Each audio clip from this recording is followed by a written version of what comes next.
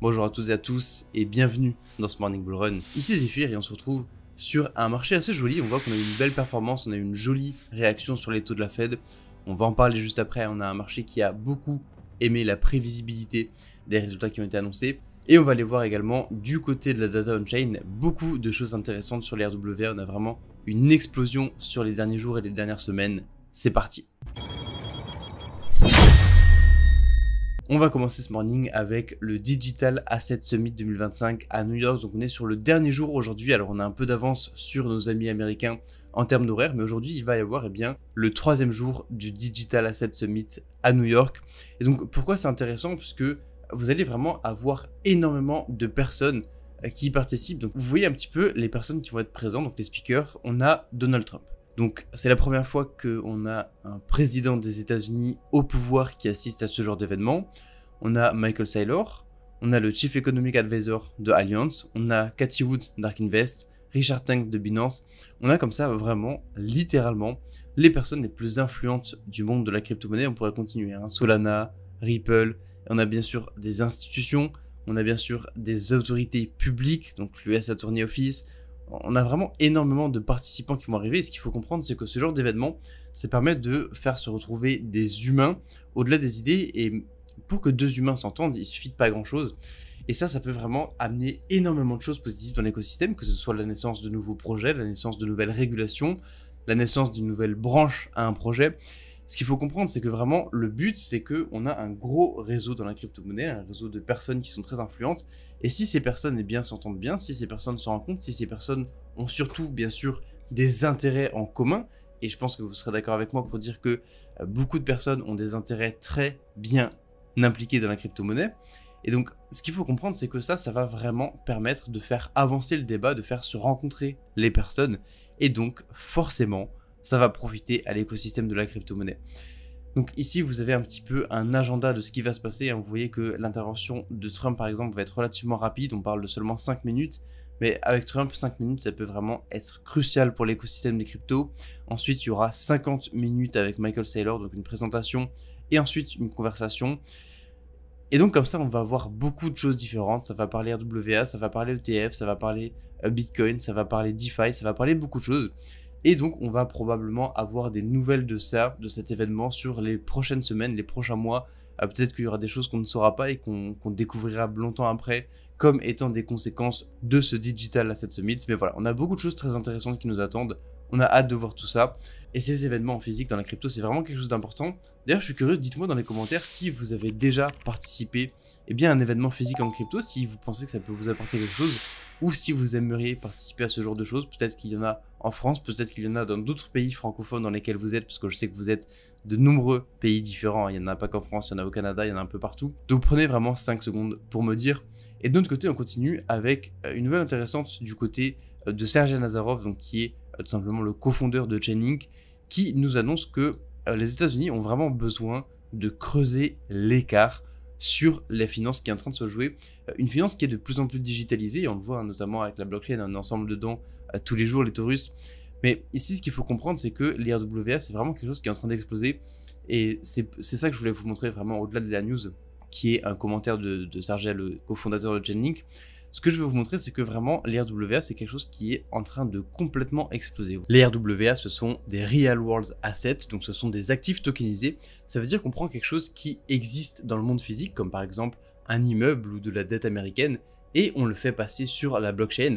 Ça permet de le rendre plus liquide, et ce secteur est complètement en train d'exploser, on va le voir, et forcément, les projets qui sont liés devraient en bénéficier. Ces projets, on en a déjà partagé beaucoup sur Telegram, on en a partagé des encore plus pépites sur notre communauté privée, tout se passe en description. Vous voyez qu'ici en 2020-2021, on était essentiellement à 200 millions de dollars de RWA on-chain. Aujourd'hui, on est à plus de 20 milliards, donc on a fait un x100. Donc ça veut dire qu'on a un marché financier qui a des opportunités de plus en plus puissantes, de plus en plus grandes, et surtout, vous voyez là, typiquement, on a un début de courbe exponentielle, on a vraiment quelque chose qui est en train de prendre forme. On a eu une longue base qui a mis du temps à se mettre en place, ensuite on a eu une croissance linéaire, et là on est vraiment en train de vivre une croissance exponentielle, une croissance complètement verticale, et ça c'est ce que l'on retrouve typiquement sur les courbes exponentielles.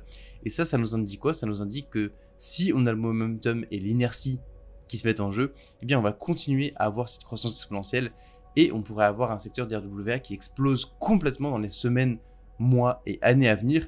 Et ça, c'est une excellente chose. Pourquoi? Parce qu'il y a beaucoup de projets crypto liés au RWA. Et si la quantité de RWA on-chain sous gestion augmente, eh bien il y a de bonnes chances que les projets qui soient liés s'apprécient en conséquence. Ce qui est intéressant, c'est que ici sur ce site, donc ici on est sur rwa.xyz, vous pouvez creuser énormément de data. Vous avez vraiment beaucoup de choses à aller chercher.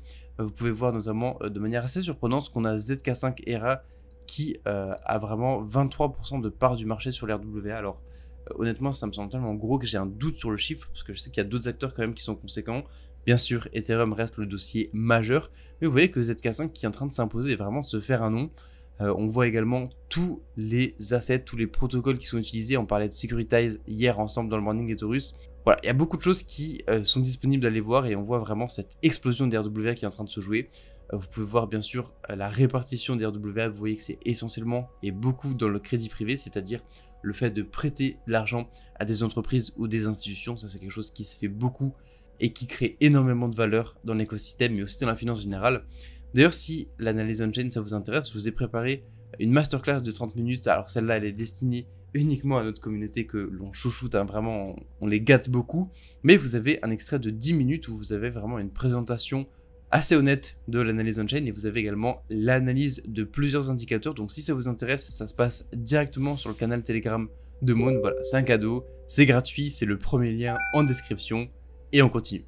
Et on va terminer avec le discours de la Fed. Donc on a eu un maintien des taux comme c'était prévu. Faut comprendre que Powell, il est vraiment dans une situation très compliquée. C'est une personne qui a essentiellement la finance des États-Unis entre ses mains. Donc il a vraiment des décisions extrêmement lourdes à prendre. Et ce qu'il faut comprendre, c'est qu'au-delà du maintien des taux, ce qui était important et qu'on attendait beaucoup, c'était le discours qui allait accompagner cela. Il faut vraiment comprendre que ça, c'est quelque chose qui est très important, puisque c'est important, certes, les taux qui sont annoncés maintenant, mais c'est également important de savoir si on a des changements vis-à-vis des planifications. Puisque, vous le savez, un marché financier, c'est quelque chose où les événements sont généralement pricés à l'avance. Et donc, quand on a un discours comme ça de Powell, il y a beaucoup de personnes qui vont anticiper des choses vis-à-vis de ce discours. Est-ce que il va y avoir, comme c'est anticipé, 2 baisses des taux supplémentaires cette année? Est-ce qu'il va y en avoir davantage? Est-ce qu'il va y en avoir moins que prévu? Pourquoi? Parce que s'il y a une baisse des taux, ça va rendre les emprunts plus faciles car moins chers.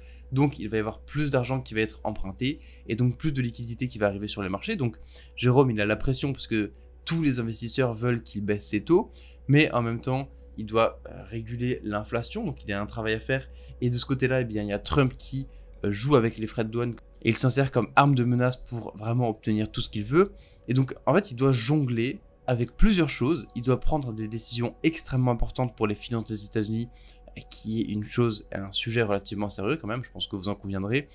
Et donc, il est un petit peu comme ça, au milieu des flammes, ce Jérôme. C'est une situation un peu compliquée pour lui, donc je ne lui jette pas la pierre de prendre beaucoup de pincettes dans ses discours.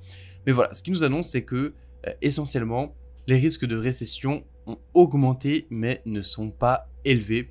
Donc voilà, c'est un petit peu comme ça qu'il voit la chose. Et ce qu'il faut comprendre et en retenir, c'est très bien résumé par Bloomberg, c'est qu'on devrait toujours avoir 2 baisses des taux cette année. Donc plutôt une bonne nouvelle pour nous qui sommes sur les marchés financiers, et notamment les marchés risqués, le marché de la crypto. Et on va voir avec Apollo comment on peut retrouver ça sur les graphes, comment on pouvait s'y attendre et comment on l'a interprété. Voilà pour cette partie sur les actus. Alors important à prendre en compte, demain nous sommes tous deux en déplacement, donc il n'y aura pas de morning bull run. Donc profitez bien de celui-là et si c'est pas fait, allez regarder les précédents et on se retrouve directement avec Apollo. Bonjour à tous, ici Apollo, j'espère que vous allez bien ce matin. On se retrouve après la décision sur les taux directeurs qui n'a pas finalement surpris le marché puisqu'on a eu un maintien des taux. On pouvait vraiment s'y attendre, c'était le scénario le plus probable comme je vous avais expliqué. Et également, ce que je vous avais expliqué, c'est que sur ce début de semaine, on pouvait s'attendre à une contraction de la volatilité. C'est exactement ce qui s'est passé. On a eu cette phase de consolidation qui s'est prolongée sur ce début de semaine. Et je vous expliquais qu'on pouvait avoir de la volatilité durant le discours de Powell sur le court terme, dans un sens ou dans l'autre. C'est exactement ce que l'on a eu ici. On a eu hier cette bougie haussière qui s'est formée, où on est venu s'extraire finalement de notre phase de consolidation. On est venu clôturer au-dessus de notre zone de résistance sur cette fair value gap baissière. et on est venu réagir sur la dernière fair value gap baissière de ce mouvement baissier que l'on a eu dernièrement. Maintenant, on peut voir que cette zone, c'est la prochaine zone de résistance qu'il va falloir aller chercher.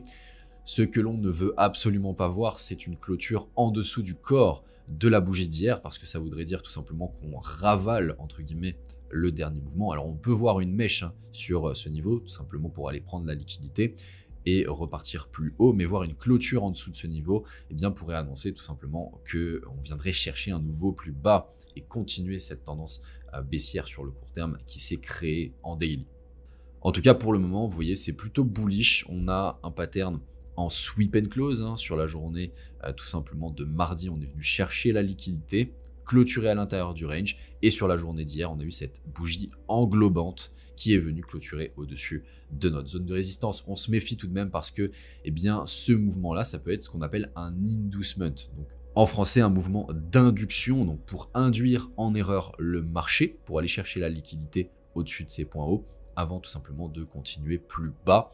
Mais ça peut être aussi eh bien, le déclencheur d'un mouvement de retournement du marché. Il va falloir dans un premier temps aller chercher cette zone de résistance, venir casser notre trendline pour pouvoir eh bien, repartir sur des nouveaux plus hauts.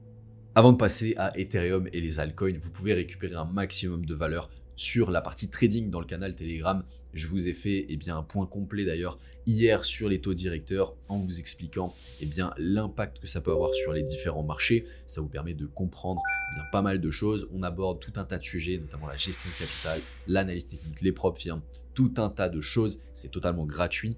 Donc allez-y, foncez. Le lien est en description de la vidéo. Au niveau d'Ethereum, on est toujours eh bien, entre notre zone de résistance et notre zone de support dans cette zone-ci. Et sur le daily, eh bien, tout comme sur Bitcoin, on a eu un mouvement assez intéressant sur la journée d'hier. Vous voyez que ici, on a eu notre phase finalement de manipulation. On a eu cette prise de liquidité, cette chute du marché. On a eu eh bien, cette contraction, cette base qui s'est formée. Et sur la journée d'hier, on est venu s'extraire de cette base. Finalement, on a créé un niveau de support à partir de cette ancienne résistance. Ici, si jamais on vient retester ce niveau, ça pourrait eh bien, nous servir de support pour repartir plus haut. Maintenant, évidemment, il y a pas mal de niveaux de vente à aller chercher. Dans un premier temps, on a eh bien, ces niveaux-ci.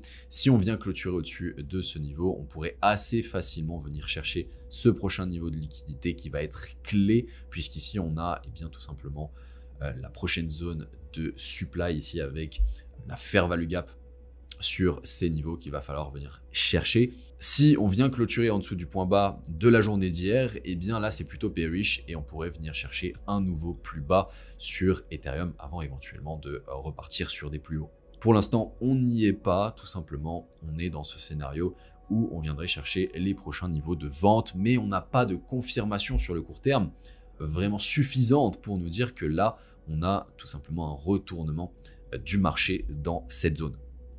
On est toujours dans une structure qui est baissière sur le court terme. Mais en tout cas, le mouvement d'hier, eh bien, il est intéressant à noter, on va dire ça comme ça. Au niveau des alts hors top 10, en comparaison avec Bitcoin et Ethereum, on n'a pas eu énormément de mouvements, mais on est tout de même venu chercher le point haut de la semaine dernière et on est venu retester eh bien, cette zone de résistance avec notre trendline cyclique ici, l'ancienne fair value gap haussière qui est ici, qu'on a inversé sur cette période de temps, et on est toujours finalement entre ce niveau de résistance et notre niveau de support sur la zone clé que l'on est venu retester la semaine dernière. Donc maintenant, on est en train de fragiliser, si vous voulez, ce mur qui se dresse devant nous. Il va falloir venir chercher ce niveau pour eh bien, repartir sur des plus hauts. Le prochain niveau de résistance se trouve ici, cette fair value gap qui est sur eh bien, le niveau des 300 milliards, qui pourrait eh bien, rejeter le prix à partir d'ici. Maintenant, il faut tout de même considérer également le scénario où cette prise de liquidité que l'on a effectuée sur le point haut de la semaine dernière, eh bien, tout comme je vous ai expliqué sur Bitcoin et sur Ethereum, ça peut être finalement une prise de liquidité, un inducement pour repartir plus bas dans notre zone clé pour aller chercher le prochain niveau de liquidité en bas du marché, tout simplement pour retrouver support sur ces niveaux. Que ce soit dans un sens ou dans l'autre, pour le moment, on n'a pas de confirmation assez claire, mais peu importe, vous connaissez le discours maintenant les taurus, on est entre ce point bas et ce point haut. C'est une structure haussière dans laquelle on est en train tout simplement de retracer. Si on trace le Fibonacci entre ces deux extrêmes, eh bien on va voir qu'on est actuellement dans la zone OTE entre les 0,618 sur le ratio d'or de Fibonacci et les 0,786. On est actuellement dans une zone particulièrement intéressante pour pouvoir se positionner sur le marché des cryptos. Et finalement, est-ce que c'est dramatique si on vient refaire un nouveau plus bas pour réaccumuler avant de repartir? Je ne pense pas. Dans tous les cas, on est dans une zone vraiment particulièrement intéressante pour profiter de la prochaine vague haussière qui aura lieu dans tous les cas. Évidemment, ça peut prendre encore un certain temps, mais n'ayez pas cette vision court-termiste. Je sais que c'est difficile, mais ayez ce recul, cette vision long terme d'investissement, ok, et vraiment de se rendre compte que pour aller chercher des rendements qui sont juste exceptionnels, il faut être capable d'encaisser des moins 50, des moins 60, mais moins 80% sur certaines lignes. Il faut être capable de patienter durant plusieurs semaines, voire plusieurs mois, avant de pouvoir repasser dans le vert et aller chercher justement ces rendements avec un plan qui est clair, qui est solide. On n'a rien sans rien dans la vie, et particulièrement sur les marchés financiers. On va terminer ce Morning Bull Run sur ces mots, les Taurus. Likez la vidéo, abonnez-vous, activez la cloche des notifications pour être certain de ne rien manquer des prochains épisodes. Sur ce, je vous souhaite une magnifique matinée. C'était Apollo. Ciao, ciao.